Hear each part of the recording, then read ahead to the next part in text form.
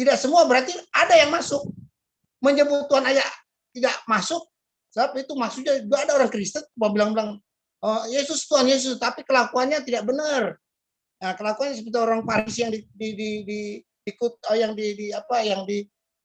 marahin oleh Yesus, kelakuannya tidak juga jaminan. Nah itu, jadi pasti kalau kita bilang Yesus adalah Tuhan, pasti masuk surga, walaupun tidak semua. Nah gitu maksudnya. Tadi kan Pak Juma bilang begitu. Apalagi kemudian saya saya asumsikan apalagi orang tidak bilang Yesus itu Tuhan. Ya lebih itu kita bisa ini sendiri. Menyebut Tuhan Yesus saja Tuhan itu tidak jaminan kecuali dia melakukan kehendak Bapa ya. Kehendak Bapa yaitu selalu harus memandang kepada Yesus kan tadi Yohanes 6 ayat 40. Nah, kemudian banyak terlalu panjang tadi ya. Apalagi ya. Jadi kalau dibilang bahwa kami orang Kristen tidak mengikuti ajaran Yesus, kami sangat mengikutinya ya. Kemudian ajaran Yesus kita bisa lihat di ini kok. Di Matius 6 sampai Matius 6 Matius 7 Matius 8 tuh tentang berdoa. Apakah orang di luar Kristen berdoa Bapa kami? Tidak kan? Atau menyebut Yesus? Tidak ada kan? Kecuali orang Kristen diajarkan doa Bapa kami itu. Hanya orang Kristen yang menjalankan itu. Itu perintah Yesus loh. Ajaran Yesus. Ada di Matius 6, 7, dan 8. Ajaran tentang bersedekah, tentang beribadah, tentang apa itu simpel sekali ya. Tentang mengasihi sesama. Yang dikatakan tentang mengasihi sesama itu. Kita buka aja di Matius 6, 7, dan 8. Itu ajaran Yesus. Ya, ajaran yang sangat simpel, tapi tidak mudah untuk kita ini kan. Mengaplikasikannya. Saya kira begitu. Apalagi ya? Masih berapa menit, Pak Ustadz Sugi saya? Pak Ustadz Sugi, berapa menit lagi saya? 2 menit lagi, Pak. 2 menit lagi. Masih bisa ya. Jadi begitulah. Kalau kami dituduh bahwa kami bukan pengikut Kristus, itu mungkin keliru. Saya bukan bilang salah, itu keliru. Kami adalah benar-benar pengikut Kristus, yaitu mengikut ajarannya dia. Masalah makan babi, makan apa, ya kalau kita mau lihat binatang-binatang yang dilarang kan atau haram dimakan itu kan ada di imamat kan, ada bukan 10 aja, mungkin ratusan binatang yang dilarang kan, sangat dilarang. Nah, Yesus tidak menyinggung soal itu ya, masalah makan, sebab tidak ada artinya bagi. Kemudian lagi tadi Pak Juma bilang katanya yang menghilangkan hukum Taurat adalah si Paulus. Saya bilang juga keliru, bukan salah. Itu di Yesus sendiri yang bilang di Lukas 16 ayat 16 ya, bahwa kitab Taurat dan Taurat dan kitab para nabi selesai pada waktu Nabi Yesaya atau Nabi Yohanes Pembaptis tiba. Selesai sudah, dia bilang gitu kan. Bukan si Paulus kesian. Yesus yang bilang kitab Taurat dan kitab para nabi berakhir setelah tampilnya Yohanes gitu di Lukas 16 ayat 16. Jadi bukan Paulus. Jadi itu keliru lagi ya. Saya bilang. Jadi yang kita orang Kristen jalan tetap itu ya 10 hukum Tuhan itu ya. 10 hukum Tuhan ya, ditambah dengan syariat-syariat, ditambah dengan yang tidak tertulis yang Yesus bilang tadi kan, yang tadi saya jelaskan, yaitu yang tersirat. Nah, itu sampai nanti dunia kiamat. Kemudian saya mau mengatakan kenapa orang Kristen mengatakan bahwa Yesus Tuhan. Kita bisa lihat di Matius 24 itu mulai dari 29 ya. Jika anak manusia datang dalam kemuliaannya ya, dia yang akan bintang-bintang akan jatuh, bulan semua rontok ya. Kemudian dia akan datang. Oke, habis waktunya Pak Robert. Aki Zuma masih ada? Halo? Ya. Iya. Kenapa? Iya, Gurunda sedikit lagi. Jadi ketika Yesus mengatakan tidak setiap orang yang menyeru Tuhan, Tuhan kepadaku masuk ke dalam kerajaan Bapa, melainkan mereka yang melakukan kehendak Bapakku. Jadi di situ ada sekumpulan orang yang menyeru Yesus. Ya, jadi kalau diasumsikan apalagi yang tidak, salah. Karena Yesus mengatakan tidak semua. Berarti kumpulan orang-orang yang hanya memanggil Yesus. Jadi yang diseru Yesus, yang diceritakan Yesus ini hanyalah mereka yang menyeru dia dengan sebutan Tuhan. Nah, sekarang mari kita kaji. Tuhan yang dimaksud Yesus di situ adalah Tuan. Tuan adalah kurios. Jadi bukan dalam arti kata seperti yang diimani oleh sahabat Kristen, pencipta alam semesta nusul menjadi manusia. Tetapi Tuhan yang dimaksud di situ adalah orang yang ditinggikan, orang yang dimuliakan, manusia yang didudukkan lebih tinggi daripada manusia yang lain. Bukan manusia ditinggikan menjadi sang pencipta alam semesta. Jadi kalau dikatakan apalagi yang lain, alhamdulillah kami umat Islam mendudukkan Yesus sebagai Tuhan. Mendudukkan Yesus itu sebagai Tuhan. Kami mengimani dia sebagai utusan Tuhan. Kedudukannya sama dengan Rasulullah Muhammad sallallahu alaihi wasallam. Dua-duanya adalah Sayyid. Dua-duanya adalah Tuhan. Dua-duanya adalah kurios. Tuhan itu adalah bahasa kita orang Indonesia. Tetapi yang sebenarnya adalah kurios, Tuhan, atau Mar, atau Adonai. Orang yang ditinggikan, orang yang dimuliakan di antara orang-orang yang biasanya. Nah, kami mendudukkan Yesus di situ. Jadi dikatakan, tidak semua orang yang mendudukkan saya sebagai orang yang mulia, sebagai orang yang ditinggikan, sebagai orang yang memiliki kedudukan tinggi di antara mereka, yang masuk ke dalam kerajaan Allah. Poinnya, melainkan mereka yang melakukan kehendak Bapakku yang ada di surga. Yang menjadi pertanyaan sekarang, kalau teman-teman Kristen diwakili oleh guru saya, sensei saya mengatakan Kristen itu adalah pengikut Yesus. Ini tanda tanya besar. Karena Yesus mengatakan, aku mengenal pengikutku. Pengikutku mengenal aku. Mereka mendengarkan perkataanku dan mengikuti aku. Nah sekarang, kalau orang Kristen mengikuti Yesus, maka sudah pasti orang Kristen itu menjadi aktivis Yudaism. Agamanya pasti aturannya aturan Taurat. Itu sudah pasti. Aku mengenal muridku, muridku mengenal aku, mereka mendengarkan aku dan mengikuti aku. Yohanes 10 ayat 27. Jadi Yesus mengenal muridnya. Muridnya mengenal Yesus. Murid-muridnya mendengarkan dan mengikuti Yesus. Bukan menyembah Yesus, bukan menuhankan Yesus, tetapi mengikuti Yesus. Lalu kata kuncinya, di dalam Yohanes 12 itu tadi, Yesus berkata, jika kau percaya kepadaku, maka kamu akan melakukan pekerjaan-pekerjaan yang aku lakukan. Berarti, ya, mengenal murid Yesus, Yesus mengenal dia, harus mengikuti Yesus, melakukan pekerjaan-pekerjaan Yesus. Yesus sunat, Yesus puasa, Yesus taat kepada hukum Taurat, Yesus menyembahnya kepada Allah. Itu yang harus diikuti oleh orang-orang yang percaya. Nah, lalu kemudian di dalam saya minjam Yakobus 2 ayat 17. Demikianlah juga halnya dengan iman. Jika iman itu tidak disertai perbuatan, maka iman itu hakikatnya adalah mati. Katanya percaya kepada Yesus, tapi perbuatannya tidak mencerminkan kepercayaannya terhadap Yesus. Sementara Yesus mengatakan, kalau kau percaya kepadaku, kamu akan melakukan perintah-perintahku. Kamu akan mengikuti perkataanku. Kalau kamu percaya, tapi imannya mengatakan percaya. Tapi perbuatannya mencerminkan tidak. Nah, coba kita lihat. Ayat ini sangat jelas. Sia-sialah orang yang mempunyai iman, tetapi iman itu tidak disertai dengan perbuatan. Lalu bagaimana dengan konsep Kristen sekarang ini? Menyatakan seorang tidak dibenarkan karena melakukan hukum Taurat. Melainkan orang hanya dengan iman. Sementara Yesus mengajarkan, percuma mereka berhormat kepadaku, sementara mulutnya memujiku, yang mereka lakukan adalah perintah manusia. Jadi ini perlu kita renungkan. Yesus tidak berani menghilangkan hukum Taurat. Walau satu hukum yang paling terkecil sekalipun. Di dalam Matius 5 ayat 17 sampai ayat 18, jangan kamu menyangka bahwa aku datang untuk meniadakan hukum Taurat atau kitab para nabi. Aku datang bukan untuk meniadakan, melainkan untuk menggenapinya. Karena aku berkata kepadamu, sesungguhnya sebelum langit, bumi ini lenyap, satu iota pun tidak akan ditiadakan dari hukum Taurat. Sebelum itu terjadi, sebelum semuanya terjadi. Lenyap langit belum, Bumi lenyap? Belum semuanya terjadi. Berarti setitik pun tidak bisa dihilangkan.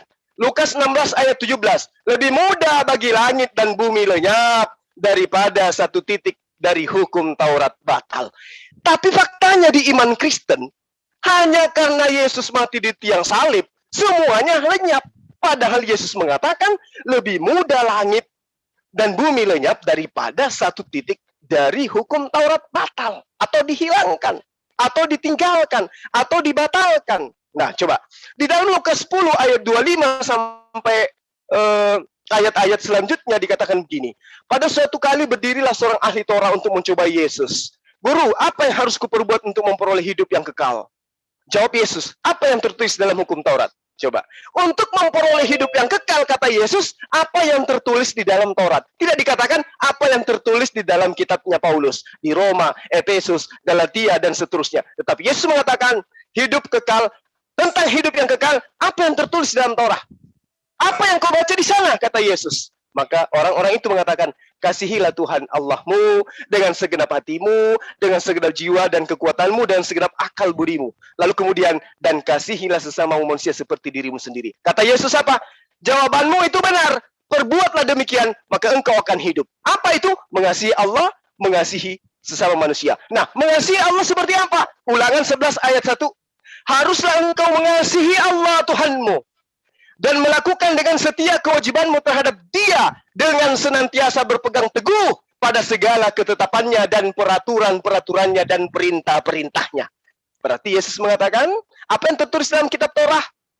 Percaya, kasihi Allahmu. Apa cara mengasihi Allah? Taat kepada perintahnya, berpegang kepada perintahnya, berpegang kepada ketetapannya, berpegang kepada aturan-aturannya. Di mana aturannya? Hukum Taurat. Jadi kalau ada yang mengatakan Kristen itu pengikut Yesus, itu bullshit. Mohon maaf saya harus katakan itu, Sensei. Oke, terima Thank you. kasih guruku. Gimana dilanjut lagi Pak Robert? Monggo. Ya, boleh Pak, saya jawab lagi sebentar. Oke. Oke, tadi saudaraku mengatakan yang dimaksud Tuhan adalah ya mungkin yang orang dihormati. Nah, tadi kita sudah baca sendiri yang setiap orang yang mengaku berseru-seru kepadaku Tuhan, itu maksudnya bukan Tuhan loh, bukan Tuhan. Tidak ada orang yang berseru nama Tuhan bisa masuk surga, tidak ada, kecuali menyebut Tuhan, baru dia bisa masuk surga. Itu satu. Kemudian kedua, mana ada Tuhan atau Tuhan Takur, Tuhan Takur yang memegang kunci kerajaan surga. Kalau Yesus dibilang sebagai Tuhan Takur atau Tuhan siapa, ya, nggak ada Tuhan di dunia ini yang pemegang kunci kerajaan surga maupun memegang yang Yesus akan berikan kepada Petrus loh itu. Kemudian memegang kunci neraka. Mana ada Tuhan? Nah, kecuali Tuhan Takur mungkin ya. Tidak ada Tuhan selain itu, kecuali Tuhan yang Maha Kuasa. Tidak ada Tuhan yang bisa menghakimi. Nanti pada hari zaman yang menghakimi orang dan yang akan memasukkan orang ke surga dan neraka, itu hanya Yesus, anak manusia itu. Di Matius 24, 29, Matius 24 ayat 9 dan seterusnya, dan Matius 25. Ya, tidak ada Tuhan siapapun di dunia ini waktu dia datang, gugur tuh bintang-bintang, berjatuhan. Tidak ada, ya, tidak ada Tuhan siapapun di dunia ini menduduki takhta di surga, tidak ada, ya. Tuhan siapa? Kalau bisa dikasih tahu. Kalau dia itu Tuhan yang sekedar yang terhormat itu, yang disetarakan dengan manusia, tidak ada, kecuali Tuhan yang Maha Kuasa itu, yang menghakimi orang pada akhir zaman. Kita baca di Matius 25 yang menghakimi, yang akan memasukin, dan tidak ada Tuhan yang punya malaikat, ya. Yesus menyuruh malaikat-malaikatnya, ada di Matius 16, Matius 13, Matius 24, dia menyuruh malaikat-malaikatnya. Adakah seorang Tuhan biasa atau manusia yang bisa menyuruh malaikat, yang punya malaikat, menyuruh malaikat-malaikatnya menjadi badai? Oh, kita lihat di Wahyu, ya. Akulah Alfa dan Omega. Tuhan siapakah di dunia ini? Manusia berani mengatakan Alfa dan Omega? Tidak ada, ya, kecuali kecuali Tuhan yang Maha Kuasa itu, ya, yang menjadikan langit dan bumi. Itu pegangan orang Kristen. Itu kata kuncinya daripada orang Kristen, atau pedoman daripada orang Kristen, bahwa dia adalah Tuhan. Dia juga ada dibilang bahwa dia sudah ada sejak dunia belum dijadikan. Ada nggak Tuhan siapa di dunia ini sudah ada sejak dunia belum dijadikan? Tidak ada. Kemudian Nabi Abraham apa segala tidak juga. Dia adalah anak cucu daripada Adam yang diciptakan dari debu dan tanah. Ya. Nah, kalau Yesus kan datang dari surga, keluar dari Allah. Yohanes 8 ayat 2. Dia keluar dan datang dari Allah, yaitu si firman yang disimpulkan oleh Yohanes 1 ya, ayat 1. Pada mulanya adalah firman, ya. Firman bersama-sama dengan Allah. Maksudnya firman dan Allah itu tidak bisa pisah. Firman itu adalah Allah. Nah, gitu kan. Nah, kemudian pada ayat Yohanes 1 ayat 14, firman itu telah menjadi manusia, ya. Firman itu telah menjadi manusia. Tidak ada firman itu menjadi bumi, menjadi langit, tidak ada. Kecuali langit dan bumi diciptakan oleh firman itu, ya. Kecuali langit dan bumi diciptakan oleh si firman itu, ya. Ternyata benar. Kenapa ya Yohanes menyimpulkan itu? Kita bisa lihat di Yohanes 8. Sebelumnya juga Yohanes 8 ya, kita lihat ayat 31, ayat 43, ayat 47 dan ayat 51. Jika engkau berpegang pada firman-Ku, Yesus bilang, firman-Nya dia loh, bukan firman-nya siapa-siapa. Dan Yesus selalu kalau Nabi Ibrahim, Musa dan segala macam, kalau dapat firman dari Tuhan, inilah firman dari Tuhan. Baru Tuhan itu berkata, akulah dan bla bla bla bla. Kalau Yesus enggak, akulah kebangkitan dan hidup, akulah terang dunia, akulah pokok anggur. Nah, gitu. Akulah. Seperti yang diomongi oleh YHWH itu. Bukan, inilah firman dari Tuhan. Baru Yesus berkata, tidak. Selalu Yesus ceplos-ceplos, tidak bilang, inilah firman dari Bapakku. Tidak. Kalau dia bilang, kemudian tidaklah setelah habis ngomong, kalau Musa habis ngomong, inilah firman dari Tuhan atau Yahweh. Kemudian ditutup, demikianlah firman Tuhan. Kalau Yesus enggak, Yesus bilang, akulah. Kemudian sesungguhnya, kalau Yesus selalu sesungguhnya. Kalau firman Allah itu mengatakan aminnya itu pada akhir. Kalau Yesus sesungguhnya itu, bisa amin lah. Sebelumnya Yesus sudah bilang amin lebih dulu kan. Nah, maksudnya begitu. Tidak ada kemudian habis Yesus ngomong, demikianlah firman Tuhan. Tidak ada. Apa yang dia omong itu adalah firman. Maka kesimpulan daripada Yohanes si penulis itu, dialah itu yang firman yang hidup itu. Firman yang menjadi manusia, firman yang hidup, yang memakai rupa manusia, supaya dia bisa dilihat, bisa diraba, bisa bisa dilihat, diraba. Ya, dia menjadi Allah yang imanen, ya, Allah yang dekat, Allah yang menjadi, Allah yang Allah yang mempunyai pribadi dan Allah yang menjadi dekat sekali dengan manusia, Allah yang iman. Dan dia adalah Allah yang transenden, Allah yang tidak dibatasi oleh ruang dan waktu. Di waktu dia jadi manusia, kealahannya dia atau taktanya tetap ada di surga karena dia maha hadir, ya. Jadi waktu dia jadi manusia, bukan firman-Nya itu hilang atau Allahnya itu hilang, ya. Tetap dia bersakta di surga karena dia itu transenden, maha hadir, omnipresent. Nah, itu maksudnya. Itu ada ayat-ayatnya, ya. Dia bilang gitu. Jadi itulah yang kami imani dan kami sangat percaya bahwa dialah itu. Yohanes 17 ayat 5 dan Yohanes 17 ayat 11 dan 12. Kemudian tadi yang saya bilang Yohanes 5 ayat 22, menghormati anak harus seperti menghormati Bapa. Mana ada manusia yang bisa menghormati Bapa, menghormati orang itu seperti menghormati Bapa. Itu bisa kualat dia. Maka dia mau ditimpuk sama orang Israel, mau dirajam. Sebab siapa yang mengatakan itu pasti diberajam, akan mati. Dan itu dia terima. Dia tidak cabut, dia tidak tarik. Dia sudah bilang begitu. Apa yang dituduhkan oleh orang Israel bahwa dia ada menghujat Allah. Dia menyamakan diri sebenarnya. Dia tetap tenang, dia tetap itu memang hukuman daripada menyamakan diri kepada Allah. Mati, gitu kan? Mati dirajam. Tapi Yesus bisa rubah. Sebenarnya mati di ranjang, tapi dia rubah menjadi mati di salib. Jadi Oke, mati di salib. terima kasih Pak Robert. Sekarang giliran Pak Guru Zuma. Gimana Guru Zuma, siap? Baik, Gurunda, terima kasih ya. Masih berapa ronde lagi rencananya nih? Saya tergantung sensei saya. Saya melayani beliau. Gimana, Kalau Pak Robert? misalnya ini, cuma di sini sudah Satu ronde lagi, pukul ini. dua ronde lagi masing-masing, kemudian ditutup masing-masing gitu ya. Closing statement. Nah, Maaf, Baik, Pak baik. Ustadz, maaf. oke, lanjut guruku. Pak, Baik. maaf. Ini adalah seorang karateka sejati ini, Pak Juma ini. Dia Sensei Os. Ya. Jadi ketika sensei ya, ketika orang yang saya hormati ya di dunia bela diri menjabarkan imannya, itu sah-sah saja. Itu saya tidak bisa mengganggu di situ. Hanya saja saya sebagai kristolog mencoba untuk menyikapi dengan mencoba mengajarkan sesuatu yang ada di dalam kitab sensei sendiri. Nah, sedikit keluar ketika sensei mengatakan, mana ada orang yang mengatakan siapa yang mengikut kepadaku maka dia akan selamat. Satu poin yang ingin saya katakan.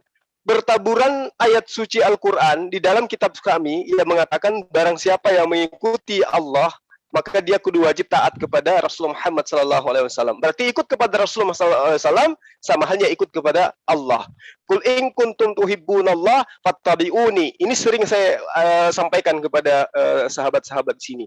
Bagaimana kemudian Rasulullah SAW mengatakan, kalau kamu mencintai Allah, ikutilah aku, fattabi'uni. Ikutilah aku. Maka harus mengikuti Rasulullah Muhammad SAW. Sama dengan ucapan Yesus.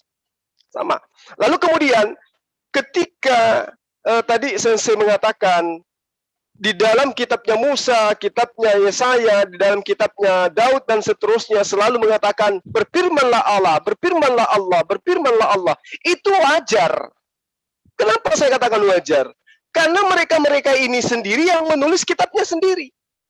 Maka wajar ketika mereka mengatakan Allah berfirman, Allah berfirman. Nah, karena memang Allah berfirman kepada dia. Sekarang ketika yang saya jadikan sebagai acuan bahwa di dalam kitabnya Kristen tidak ada Yesus mengatakan berfirmanlah Tuhan, berfirman Tuhan. Karena itu tadi, kitabnya sahabat Kristen itu bukan catatan tangannya Yesus. Tapi di dalam tulisan para orang-orang yang disebut sebagai penulis, ya, yang menuliskan berdasarkan atas penyelidikan mereka, jelas dia menerangkan Yesus itu penerima firman. Makanya di dalam Yohanes 10 ayat 35, ayat 34, 35, 36 Yesus mengatakan, bukankah di dalam kitab Tauratmu dikatakan siapapun yang diserahi tugas untuk menyampaikan firman maka dia adalah Allah. Maka kalau Yesus mengaku Allah, akulah, itu karena dia sedang menyampaikan firman Allah. Akulah kebangkitan, akulah hidup, akulah keselamatan, akulah Alfa dan Omega. Apa dasar Yesus mengatakan seperti itu sementara dia adalah manusia? Yesus mengatakan, bukankah di dalam kitab Tauratmu dikatakan, siapapun yang diserahi tugas untuk menyampaikan firman, maka dia adalah Allah. Buktinya, Yesus menerangkan di dalam Yohanes 12 ayat 49, aku Yesus yang diimani oleh Kristen sebagai Bapa itu sendiri dengan berbagai macam embel-embel yang diberikan kepada saya, tidak berkata-kata dari diriku sendiri. Tadi Yohanes berapa tadi? Yohanes 12 ayat 49. Oke, lanjut. Ya. Benar ya Gurunda Segi ya? Aku tidak berkata-kata dari diriku sendiri. Benar ya? Ya. Saya belum buka. Yohanes 12 ayat 49. Semoga saya tidak salah sebut. Perkataanku 12:49 ya. Sebab aku berkata-kata bukan dari diriku sendiri, tetapi Bapa yang mengutus aku. Dialah yang memerintahkan aku untuk mengatakan apa yang harus dikatakan dan aku sampaikan. Ya. Oke, saya lanjut ya, Sensei ya. Berarti ketika Yesus mengatakan akulah hidup, akulah kebangkitan, akulah ini, semua itu bukan dari diri Yesus, tetapi itu semua adalah perintah, perkataan yang diperintahkan oleh Bapa untuk ia katakan. Berarti yang Tuhan di sini adalah yang memerintahkan Yesus untuk mengatakan itu. Sama ketika dikatakan, akulah Alfa dan Omega. Di ayat satunya di Wahyu 1 itu dikatakan, inilah karunia, inilah wahyu Yesus Kristus yang dikaruniakan Allah kepadanya untuk Yesus